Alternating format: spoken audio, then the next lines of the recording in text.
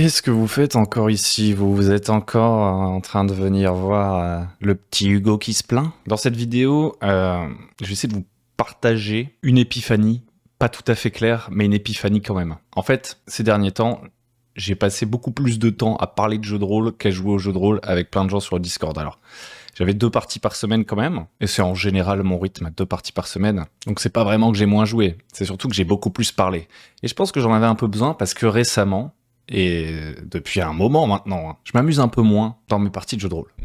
Il y a eu une campagne de fou, un big shot, il y a quelques temps, des moments de jeux de rôle très très cool. Si vraiment je m'ennuyais en faisant du jeu de rôle, je n'en ferais pas. Il y a des hauts et des bas, mais il y a comme une frustration que je traîne à pas mettre le doigt exactement sur la raison pour laquelle j'ai envie de venir à la table de jeu de rôle en fait. Je viens toujours avec, j'ai l'impression, les mauvaises attentes. Ou trop d'attentes, ou pas assez, j'ai du mal à réguler le truc. Et donc aujourd'hui, on va se refaire je vais vous faire un petit essai là, philosophique bullshit de jeu de rôle, et peut-être que vous arriverez à en récupérer quelques trucs. Concrètement, qu'est-ce que le jeu de rôle il me donne? Qu'est-ce que je viens chercher dans le jeu de rôle? Je crois que comme n'importe qui, dans le jeu de rôle, je viens chercher de l'émotion, et des bonnes émotions. Et plus je vais avoir des bonnes émotions, plus je vais avoir un goût de reviens-y en fait. De reviens-y, j'ai envie d'en refaire une. Et j'en refais tout le temps parce qu'il y a forcément, dans chaque partie de jeu de rôle, des bons moments et des moins bons moments. Mon objectif, à moi, ça a toujours été d'essayer d'avoir plus de bons moments. Et la manière d'accéder à ces bons moments, elle évolue dans le temps. Mais je pense que ça fait un moment que je me trompe concrètement sur les moyens que j'ai envie d'utiliser et que j'aimerais voir utiliser quand je suis à une partie en tant que joueur pour produire ces bons moments. En gros, les moyens qui, à moi, me procurent des bons moments. Donc, techniquement, comme c'est les moyens qui, je trouve, me font passer des bons moments, c'est aussi ceux que j'essaye de mettre en place dans mes parties. Il y a une petite logique là-dedans, même si c'est pas exactement pareil. La position de meneur et de joueur. Bref. Je pense que ce qui fait la spécificité du jeu de rôle, c'est cette phrase « jouer pour voir ce qu'il va se passer », qui est peut-être de l'auteur d'Apocalypse World, dont le nom m'échappe, mais je sais pas s'il l'a reprise de quelqu'un d'autre avant. Moi, c'est dans les PBTA que j'ai lu ça. Et pour autant, je suis pas particulièrement un fan hardcore des PBTA, mais je pense que cette phrase, jouer pour voir ce qu'il va se passer, elle est fondamentale. Et c'est le truc, c'est ça l'épiphanie, c'est le truc qui coince dans la plupart des parties auxquelles je participe depuis quelque temps et que je mène aussi. Ou en tout cas, c'est l'impression que j'en ai. Parce que j'ai été joueur à différentes parties de jeux de rôle, j'ai participé à une campagne récemment et j'ai participé à plusieurs one-shots. Et je pense que peut-être les MJ se défendraient de ce que je dis, mais parfois, ouais, j'ai eu l'impression que quand je jouais, pour le coup en position de joueur dans ces parties, il y avait quelqu'un qui savait déjà ce qui allait un peu se passer, quoi. Je sais pas comment dire. Et ça, le fait de sentir ça me chafouine. Peut-être que c'était pas le cas, en tout cas c'était mon ressenti. Et j'ajouterais à cette phrase, jouer pour voir ce qui va se passer, un petit entre parenthèses, et l'accepter. Et ce sera sûrement le titre de la vidéo. Ce que je trouve cool dans le jeu de rôle, c'est de récolter les fruits de l'expérience en cours. J'avais déjà ce pressentiment quand j'avais fait les vidéos que je vous avais partagées, pendant que je parlais beaucoup de bac à sable, etc. Quand je disais par exemple que je pense pas que le MJ soit un storyteller et que je pense pas que le but d'une partie de jeu de rôle, ce soit de faire une bonne histoire, de créer une bonne histoire. Le but d'une partie de jeu de rôle, c'est participer à une expérience qui va nous faire ressentir des émotions et éventuellement à la fin, on se dira que c'est une bonne histoire. Mais une fois qu'on s'est dit ça, il manque un truc, c'est les moyens d'y parvenir. Et j'ai essayé de mettre quelques moyens d'y parvenir. J'ai essayé d'identifier ce qui, moi, fait que la partie de jeu de rôle va m'intéresser, par opposition à ce qui, moi, fait que la partie de jeu de rôle va moins m'intéresser. Et j'ai essayé d'identifier les outils, ou plutôt des prémices d'outils, quelques pistes, essayer de faire ressortir un truc. Et tout ça, c'est le substrat de très très longues conversations.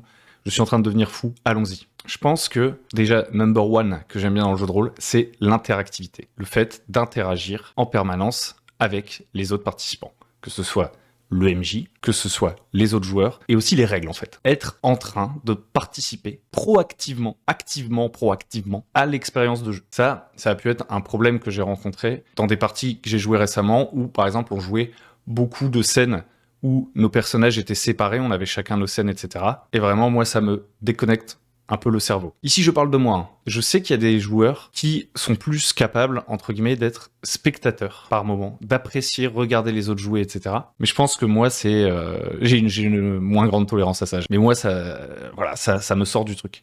Et pourtant, dans une campagne de Dead Genesis qu'on a arrêté un petit peu plus tôt que prévu, j'étais beaucoup plus comme ça, moi aussi en tant que MJ, en contrôle de la caméra, à faire le moment de machin, le moment de truc, et vas-y, montre-nous ton personnage, et vas-y, ton machin et tout. Et les joueurs, ils ont kiffé. Voilà, pas me jeter la pierre. Apparemment, il y a un public pour ça, mais j'ai l'impression que moi, je suis pas le public pour ça. J'ai besoin d'interagir en continu avec la table, et que ce soit pas vu comme quelque chose de parasite. J'ai besoin de pouvoir faire ma petite blague sur ce qui est en train de se passer. J'ai besoin de parler, j'ai besoin d'être engagé en permanence et pas regarder ce qui se passe. Un deuxième truc que j'ai identifié, c'est que j'ai besoin d'une expérience où on est proactif. Je supporte pas du tout de suivre l'intrigue préétablie, ou en tout cas pas pendant très longtemps. Donc si déjà on rassemble ce côté proactivité et ce côté interactivité, j'ai besoin que le jeu il soit relativement rapide et fluide. C'est-à-dire que bien sûr qu'il y a des moments où je participe pas, mon but c'est pas de parler tout le temps et de parler tout le temps au-dessus des autres et de tout le temps parler. Et mon but c'est pas non plus que tout soit dirigé uniquement par mon personnage. J'ai envie que le monde se confronte à mon personnage, le bloque, qu'il y ait des intrigues préexistantes.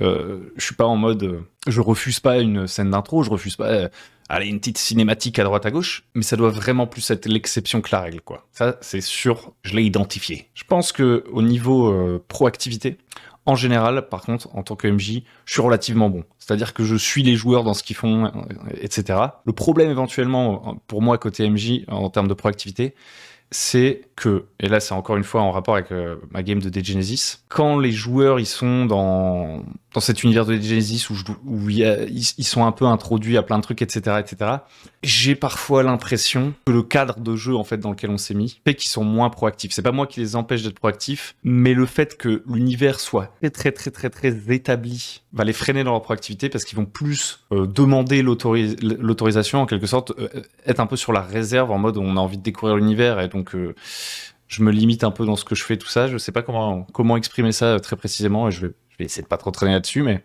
ouais, il y a quand même ce côté qui, moi, me freine dans ce qui me fait plaisir dans le jeu de rôle. En fait, j'adore les settings de jeux de rôle, j'adore lire des trucs de jeux de rôle et en particulier des Genesis. Et je crois que je préfère les lire. Je préférerais lire des romans, je préférerais faire des trucs, mater des films des Genesis, vous voyez, par exemple, que de jouer dedans. Parce qu'en fait, je veux jouer pour voir ce qui va se passer. Je veux pas jouer pour faire entrer les PJ dans un monde ou dans un monde de ma création ou dans un monde super stylé que je trouve trop cool et avoir ce rôle de passerelle. J'ai envie d'être dans une relation plus horizontale lorsqu'on est en train de jouer. C'est ça que je viens chercher dans le jeu de rôle spécifiquement. Donc en fait, ça fait un peu mal au cul de le dire, mais encore une fois, le fait de faire jouer un univers préexistant, comme j'ai pu avoir avec Warhammer Symbaroum, des scénarios du commerce, maintenant des Genesis. Pour Dead Genesis, j'y ai joué plusieurs fois. Et je pense qu'il y a, avec un certain dispositif, moyen que je m'amuse sur du Dead Genesis, mais pas en faisant la campagne du commerce, etc.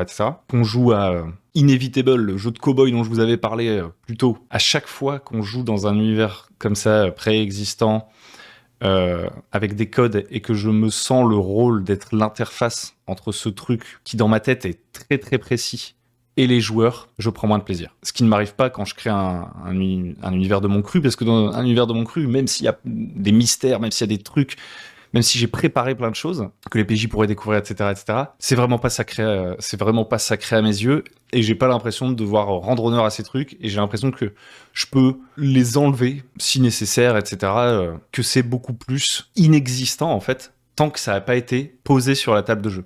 Alors que dans d'autres univers, j'ai l'impression d'avoir une sorte de mémoire en fond qui tourne de ah oui c'est vrai il y a ça dans cet univers, c'est vrai il y a ça dans cet univers. Non, quand je joue dans mon univers, les trucs ne sont canons qu'à partir du moment où je les ai dit. Et c'est dans cet état d'esprit là que je préfère jouer. Troisième truc que je trouve hyper important, c'est d'avoir de l'impact.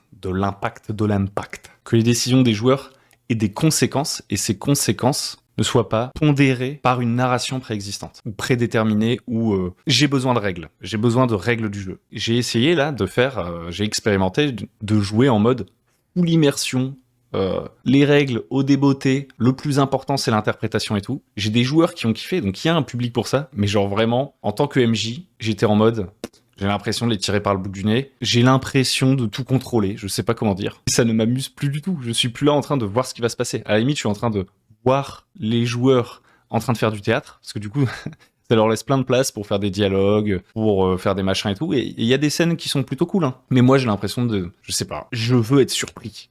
Je veux que les règles tranchent dans le vif et je veux avoir matière à arbitrer. Si les règles sont trop simples, je me rends bien compte que, certes, avant de lancer les dés, on décide de ce que vont décider ces dés, mais le simple fait de décider de ce que vont décider ces dés, c'est déjà une forme, une certaine manière d'orientation qui m'enlève du plaisir. Si, avant de lancer les dés, on dit, ce dé-là, si tu fais ce résultat-là, tu vas prendre des dégâts, si tu fais ce résultat-là, etc., j'ai l'impression que, sur le moment, je ne simule rien du tout.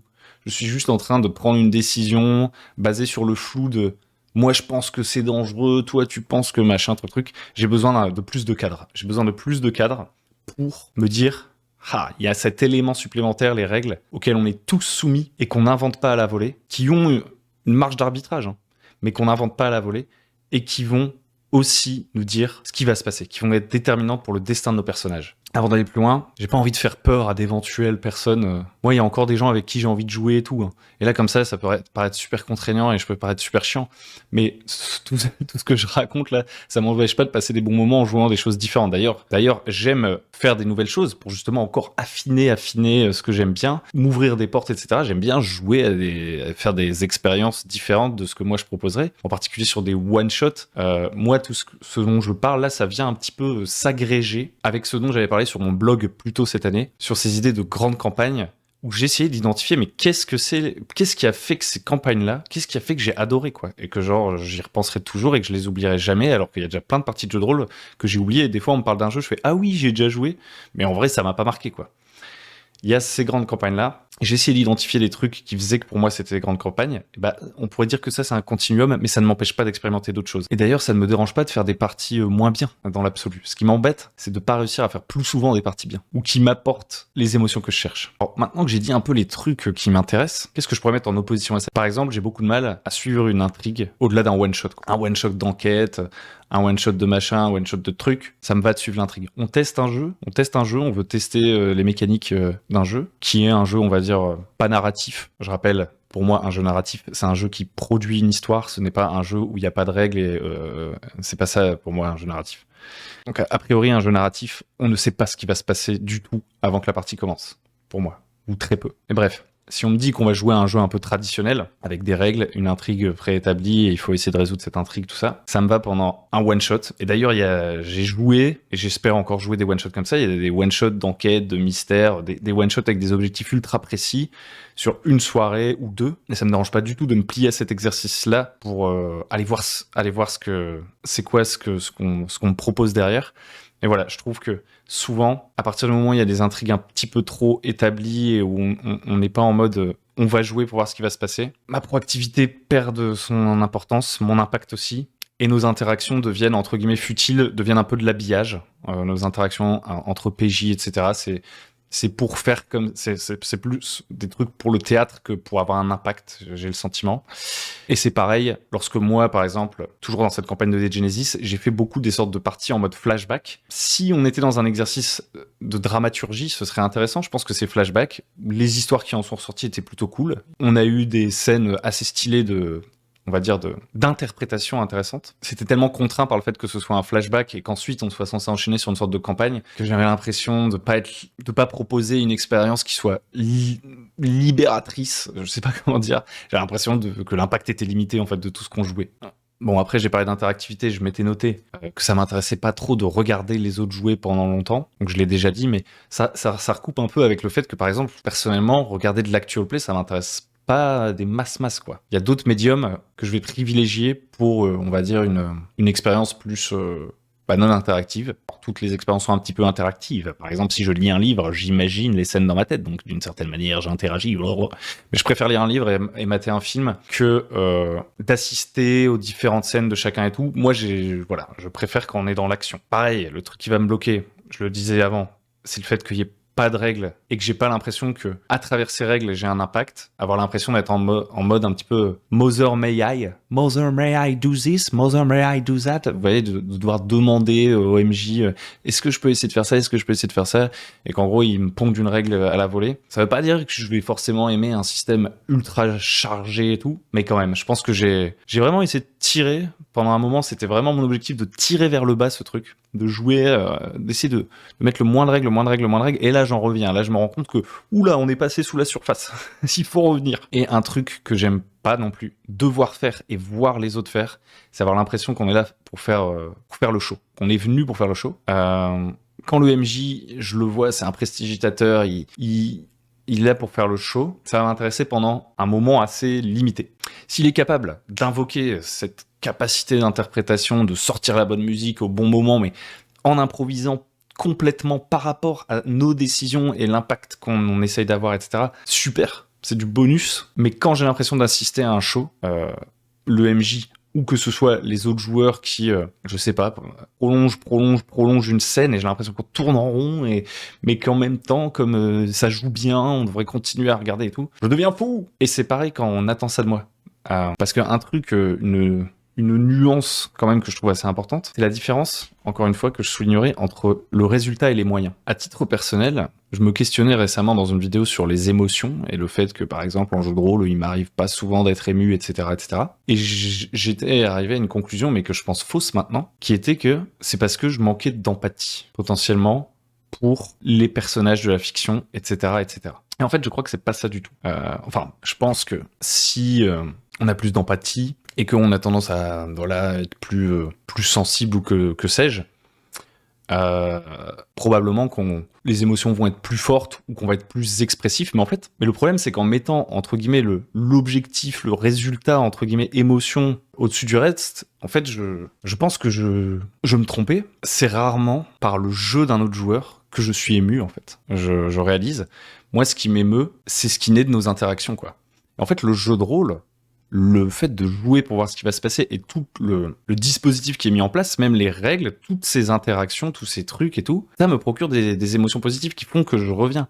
Et en fait, ce truc de je sais pas pourquoi, moi je pleure pas quand je fais un jeu de rôle ou je sais pas quoi, ça veut pas dire que j'ai pas des émotions. Ce serait, je pense, se tromper, en tout cas pour ce que je recherche, de chercher à convoquer ces émotions, en fait. Il y a des parties de jeu de rôle qui provoquent de l'émotion chez moi. Quand quelqu'un joue la tristesse, quand quelqu'un joue la joie, quand quelqu'un joue le machin, etc., ça ne me procure pas d'émotion parce que 90% d'entre nous ne sommes pas des très très bons acteurs, mine de rien, en jeu de rôle. Je sais pas si vous aviez remarqué. Et la majorité du temps, moi, c'est pas ça qui m'émeut. Il y a des trucs complètement à la troisième personne qui peuvent m'émouvoir, ou des moments complètement HRP qui m'émeuvent plus que cette sorte de show et de théâtralisation du truc. Il y a des jets de dés qui m'émeuvent plus. Donc en fait, je sais pas pourquoi j'ai essayé de convoquer l'émotion au-dessus du jeu, parce qu'en fait le jeu me procure, enfin le jeu, pas seulement, je dis pas que c'est les mécaniques genre en mode waouh j'ai fait un coup critique, comme ça isolément qui m'apporte de l'émotion, c'est la combinaison de tous ces trucs. Et en fait quand il y a plus de mécanique, quand on n'a pas d'impact et qu'en fait on est juste en train de faire comme si on était dans une situation et de jouer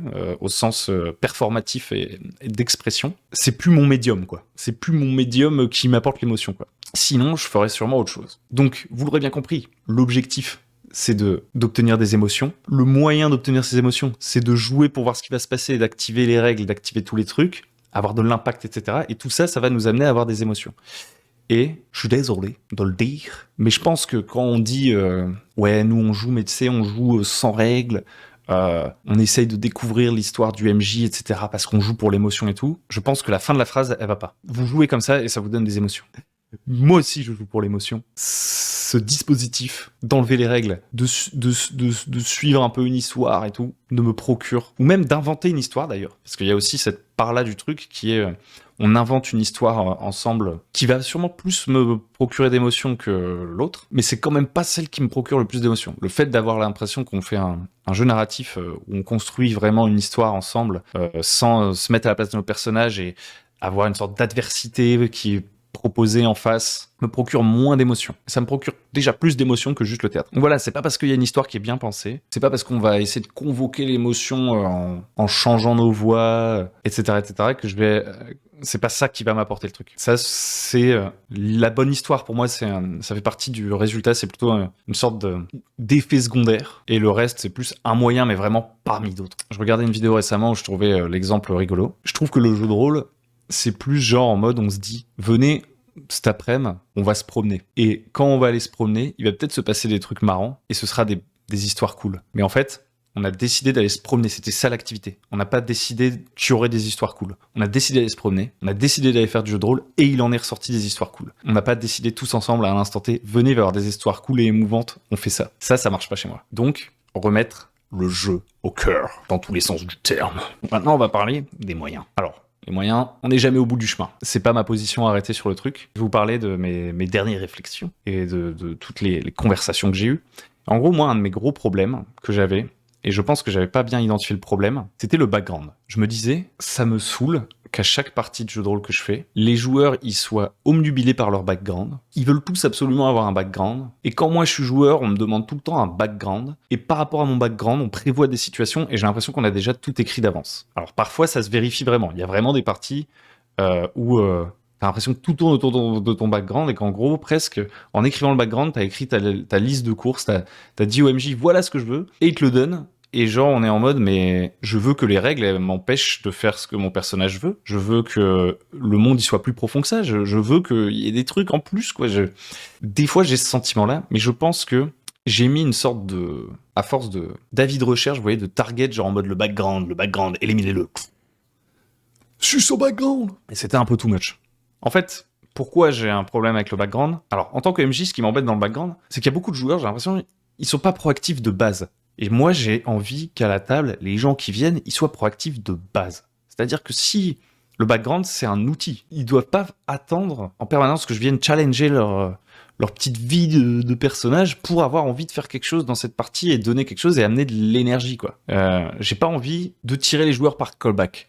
Et parfois, j'avais l'impression, chez certains joueurs, que genre, ils veulent pas y mettre du leur, quoi. Ils veulent pas mettre de l'huile dans la machine, ils veulent pas pédaler avec moi. C'est vraiment moi qui dois les traîner et potentiellement, in fine, on me sort un truc du genre, ouais, j'ai l'impression que l'histoire, elle correspond pas trop au background de mon personnage, mais je suis en mode, mais on est d'abord là pour faire une activité tous ensemble.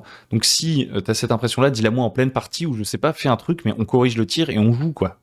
Deuxième chose, j'en ai déjà parlé dans une vidéo précédente, des joueurs qui surinvestissent sur leur background, entre guillemets, c'est-à-dire que parfois j'avais l'impression que justement ils voulaient pas jouer avec les autres, faire de l'interaction, engager avec quoi que ce soit d'autre que leur background, c'est-à-dire qu'ils s'inventaient un accent rigolo, ils s'inventaient 2-3 anecdotes et ça tournait qu'autour de ça du jeu. Bon, ça, c'est quand même plus rare. Et maintenant, plutôt en position de joueur, dans une campagne récente, je dirais que les moments qui m'ont moins plu, ça a été les moments, justement, où la partie se focalisait sur un des personnages pour une scène à lui. Et je sais qu'il y a des joueurs à qui ça a plu, mais moi, du coup, je me sentais complètement exclu de l'expérience. J'arrivais pas à être juste spectateur de ça. Et j'avais aussi beaucoup de mal à engager avec les scènes, entre guillemets, où mon background me venait dessus. Alors qu'en fait, au moment où je fais mon background, et j'avais utilisé cette métaphore, j'ai un peu l'impression, quand le MJ me fait « file-moi un background », d'être chez le conseiller d'orientation et devoir écrire à l'avance ce que je veux pour mon avenir, alors que moi, je veux jouer pour voir ce qui va se passer. Et dans cette même campagne, les moments que j'ai préférés, c'est les moments où finalement, j'ai décidé d'interagir avec l'univers et avec les autres PJ, et des choses ont bougé, et il s'est passé des trucs. Et au final, j'ai un peu fait le deuil de mon background. Mon personnage, là, l'avantage, c'est que vraiment, pour moi, le personnage, les PNJ de son background et tout, il avait de bonnes raisons de les trouver détestables. Donc, dans la diégèse, entre guillemets, je pense que c'était assez ok que mon personnage n'ait pas envie d'engager avec les PNJ de son background.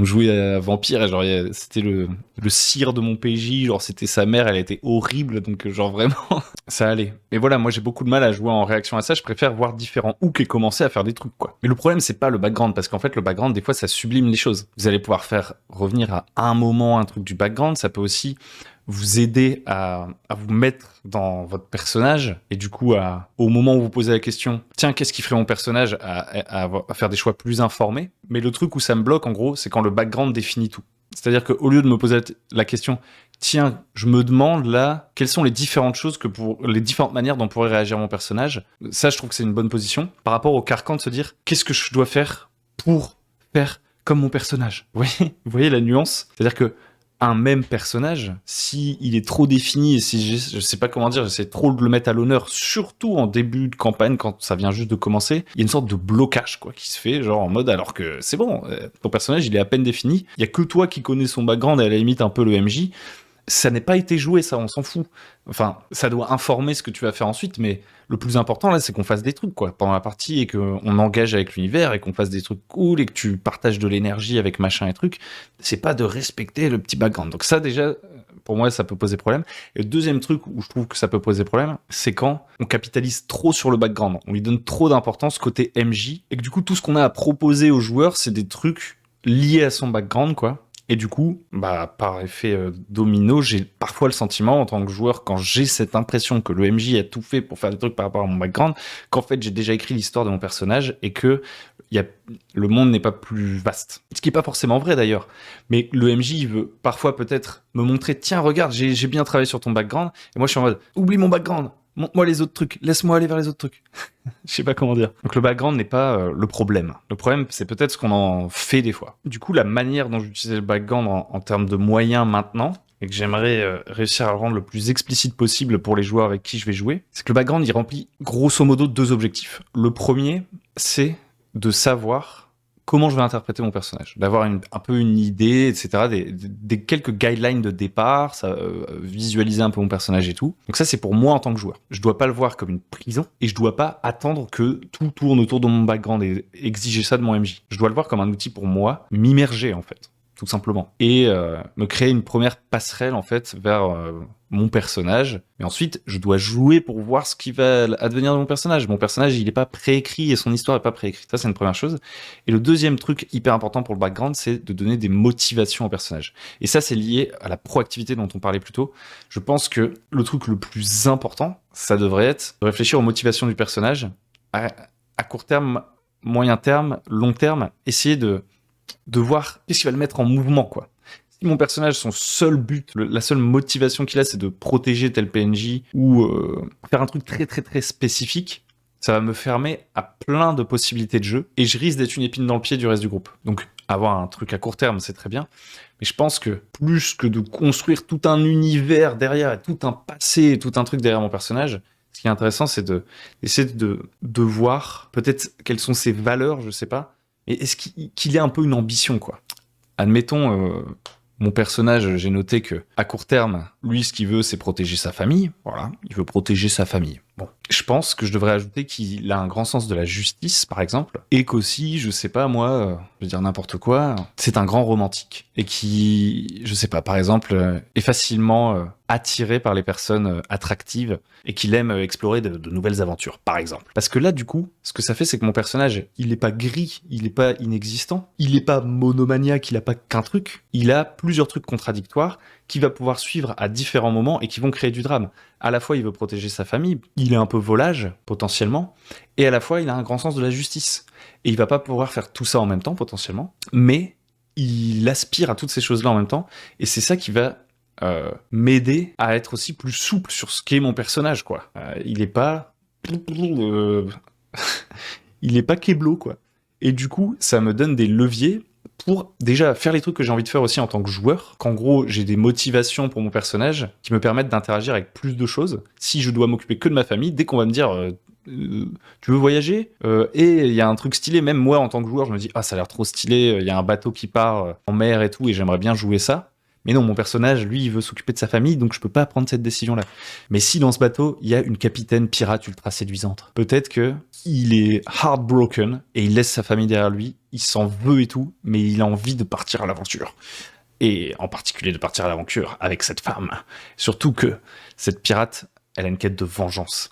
Elle lui a raconté, en buvant un petit rhum arrangé là, au port, tout ce qui lui était arrivé, et il trouve que c'est injuste et veut l'aider à réparer cette injustice. Là, je peux commencer à engager avec plus de trucs. Donc ouais, les motivations, c'est cool. Et je pense que côté MJ, on veut ces motivations-là. Le reste, par exemple, que t'as créé un PNJ auquel tu tiens, et que t'as un petit secret, que t'as un machin et tout, c'est intéressant. Mais je pense que ce que je veux le plus pour que mon joueur me donne, c'est pas ces trucs-là, parce que sinon, en fait, il y a un truc un peu égoïste. Enfin, on se retrouve dans une sorte de jeu à deux. C'est toi, tu t'es créé un personnage super cool sans forcément prendre en compte toute la campagne, etc., le fait qu'on va jouer tous ensemble, etc.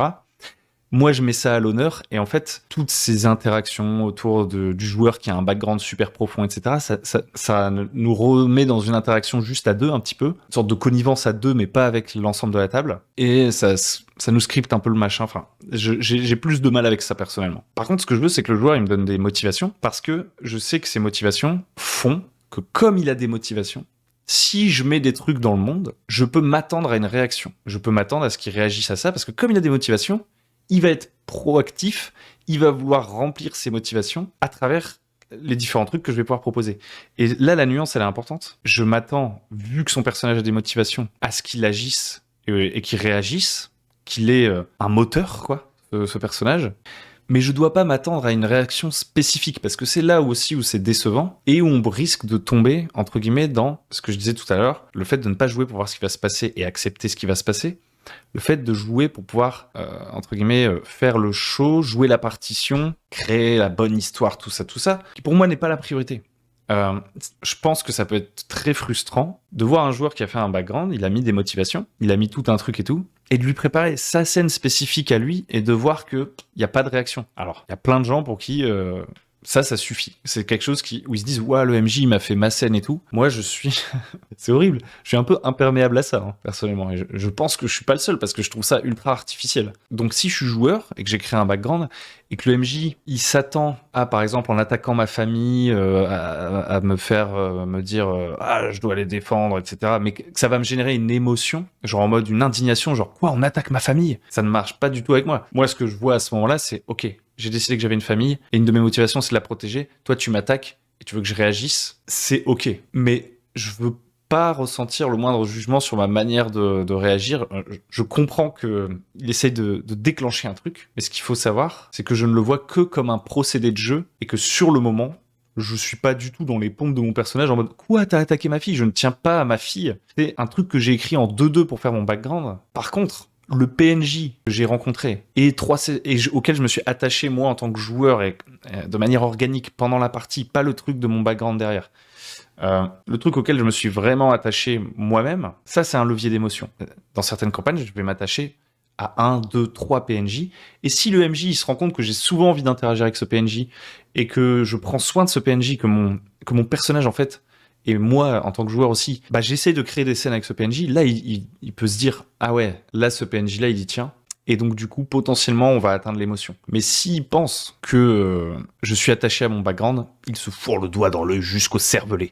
Le background, et en particulier les motivations, pour moi, c'est un outil, entre guillemets, de prémisse. Vraiment, rien de plus. Ce qui compte, c'est ce qui va se passer en jeu. Après, je pense que ça va dépendre de joueur à joueur. Mais je pense pas qu'on puisse partir du principe que le background, par défaut des personnages, ce soit ce qu'ils veulent, en fait. Ce soit ce que les joueurs veulent forcément voir en jeu. Et je trouve ça presque contre-productif dans ma manière de jouer. Moi, je m'attends plus à ce que les joueurs ils fassent plein de trucs, quoi.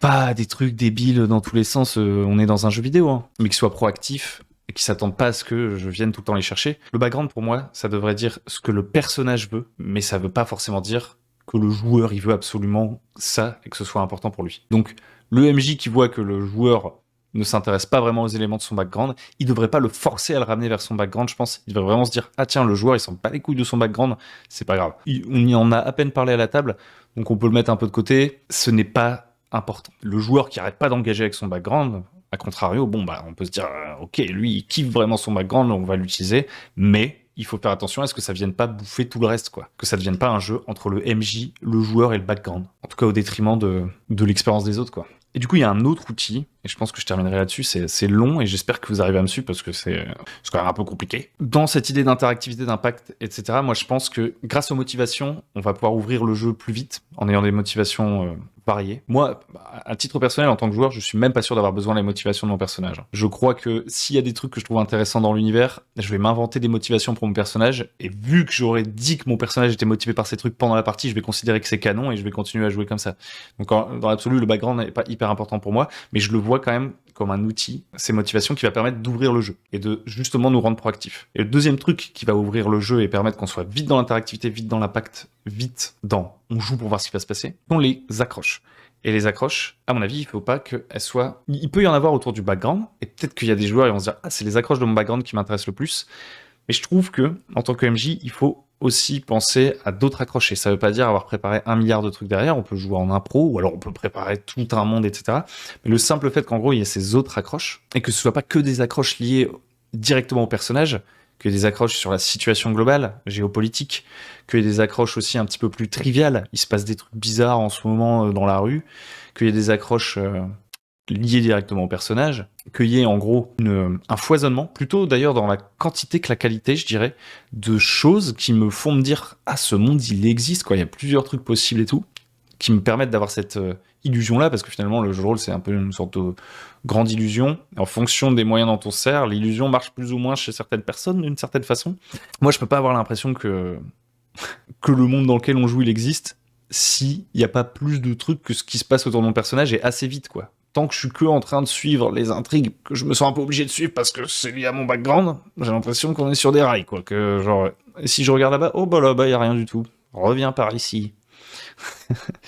Alors bien sûr, c'est pas toujours évident de mettre 1 milliard d'accroches, et surtout, on peut se dire, si je mets plein d'accroches, d'une certaine manière, je viens informer à fond mon univers, et ensuite, maintenant que j'ai dit qu'il se passait ça sur le port, et maintenant que j'ai dit qu'il se passait ça là-bas, et maintenant que j'ai dit qu'il se passait ça là-bas, je peux pas revenir en arrière. Donc c'est qu'il y a vraiment tous ces trucs dans l'univers, ça peut faire un peu bizarre, il y a pas un peu trop de trucs qui se passent en ville en ce moment. Et du coup, je pense que aussi, le MJ, il y a 2 comportements sur lesquels on peut un peu essayer de s'améliorer en tant que MJ. Peut-être. La première chose, c'est faire en sorte que le fait de pas s'intéresser aux différents hooks ait des conséquences. Ça fait qu'on va pas être obligé en permanence remettre des nouveaux hooks, des nouvelles accroches, parce que si le joueur il s'intéresse pas aux trucs politiques, pas aux trucs dans la rue, pas aux trucs machin, qui s'intéresse qu'à un seul truc, les autres trucs ils doivent bouger.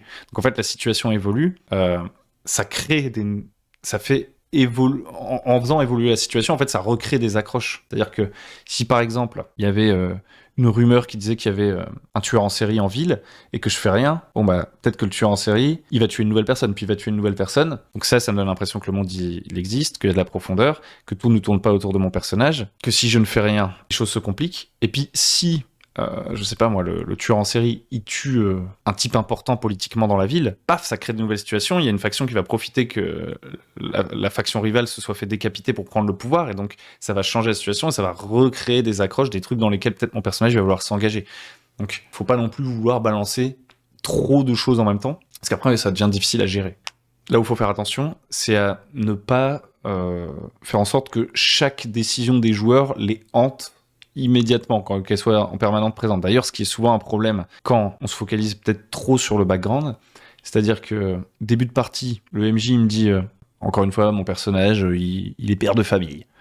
Il y a le PNJ de ma femme, dont pour l'instant, qui m'intéresse pas beaucoup, mais je vais quand même m'y intéresser. Mon personnage va s'y intéresser, mais moi, en tant que joueur, ça m'intéresse pas beaucoup. Elle vient me dire, oh, bah ta fille, elle est pas rentrée de l'école, tu devrais aller voir. Là, le MJ, peut-être, il se dit, ok, donc le joueur, le comportement raisonnable pour découvrir l'intrigue que j'ai prévue pour lui autour de son background, c'est qu'ils disent ok, je vais aller voir chérie, je vais aller voir. Peut-être il se dit ça, pour que j'aille à l'école et que j'aille chercher ma fille et qu'il y a un machin qui se passe et tout. Truc un peu linéaire, n'est-ce pas? Et là je dis, ah désolé, mais je peux pas aujourd'hui. Moi en tant que PJ, je dis, je dois aller faire un truc, tu vois. J'improvise un truc. Et le MJ, soit il insiste pour que je suive l'accroche absolument, donc ça c'est un peu relou, soit il me laisse aller faire mon truc, mais du coup il se dit, mince, il est plus sur la piste de mon scénario qui tourne autour de son background, et donc, conséquence immédiate, bam! Et en gros que, au travers de l'excuse de si vous faites rien, ça a des conséquences et chacune de vos décisions a des conséquences, d'une certaine manière, ces conséquences, ce soit toujours l'accroche que j'avais refusé de saisir qui me revient dans la tronche. Ouais, ça c'est énervant. Je peux comprendre que si, par exemple, le MJ il voulait essayer que je reste avec ma famille pour aller faire un truc, et que moi je dis je reste pas avec ma famille, je m'en vais, ils se disent bon bah il faut lui faire comprendre que ça a des conséquences, etc. Et donc bah ma famille elle se fait tuer. Mais des fois c'est un peu too much quoi. Genre, laisse-moi explorer le monde, laisse-moi faire des trucs, et me ramène pas au début de chaque session mon background dans la tronche. Donc, c'est pour ça qu'avoir plusieurs hooks, c'est quand même pas mal. Et être prêt à voir que les joueurs, ils s'intéressent à un truc qu'on n'avait peut-être pas prévu et se laisser porter par le truc, pour jouer, pour voir ce qui va se passer, c'est important. Et la deuxième chose, c'est aussi de se dire, bah si mes joueurs ils s'intéressent à un truc sur lequel j'ai pas de hook, on y va quand même. On joue des petits voleurs dans la ville, des petits voleurs dans une ville médiévale. Le MJ commence à nous dire qu'il y a des petits problèmes dans notre communauté de voleurs. C'est le prémisse, Il essaye de jouer autour du fait qu'il y ait un élément déclencheur qui nous concerne, donc par rapport à notre background. On s'y intéresse pas trop. Il nous dit qu'il y a la rumeur du tueur en série. On s'y intéresse pas trop. Et à un moment donné, en fait, nos personnages, juste, on décide de notre propre chef. Venez. Aujourd'hui, on va faire un gros coup. On va aller voler le navire royal qui est hacké, là. Le navire royal, on va aller le voler, on va le rançonner et menacer de le couler pour obtenir plein de pognon du bourgmestre. Bah le MJ, peut-être qu'il se sent démuni et qu'il a un peu peur de ça et qu'il va essayer de nous mettre des bâtons dans les roues, de nous temporiser. Et je pense que à ce moment-là, bon, c'est pas en soi un mauvais réflexe de nous temporiser et de nous créer du conflit, parce qu'il doit nous créer des problèmes, nous créer du conflit pour rendre probablement cette histoire de prendre le bateau plus intéressante. C'est pas déconnant. Je pense que s'il est un peu en mode panique et tout, ils ont pas pris une des accroches que j'avais prévues, parce que j'ai été smart, j'en ai pas créé qu'une. Du coup, j'en ai créé pour leurs différents backgrounds, mais j'ai été smart, j'ai créé des trucs en plus, mais il faut encore des trucs que j'avais pas prévus. Et ben dans ce cas-là, on peut en poser plus de questions aux joueurs. On leur demande, mais comment vous allez vous y prendre ce bateau qui est hacké dans le port? Et là, les joueurs, ils font, ah ouais, il va nous falloir un plan, etc. Ils commencent à parler et ils vont donner du grain à moudre. Et si on accepte d'engager avec ça, bah on va jouer pour voir ce qui va se passer. Les joueurs ont été proactifs. Ça va probablement faire une bonne histoire, ce petit vol de bateau. Et ça va être cool, quoi. Donc je pense, j'ai terminé.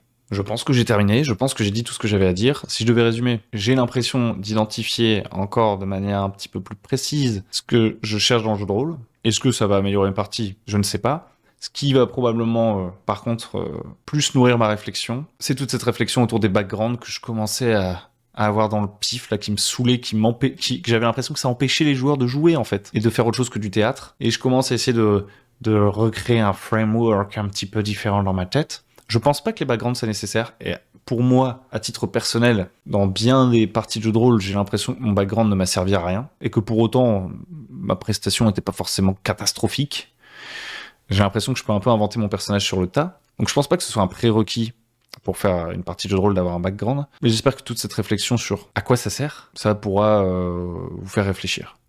Encore une fois, moi, mon but, c'est pas de dire aux gens comment ils doivent jouer et tout, c'était de vous partager un petit peu ma vision en ce moment, mes réflexions. J'espère que ça vous aura plu. Et puis voilà, quoi. N'hésitez pas à liker, à vous abonner et à venir mettre une petite pièce sur Tipeee si jamais ça vous a plu. Merci à tous ceux qui l'ont fait récemment et même à tous ceux qui, depuis un moment déjà, participent à cette chaîne grâce à leur généreux dons. Merci, mille fois. C'était Hugo, de la chaîne Le Bon MJ.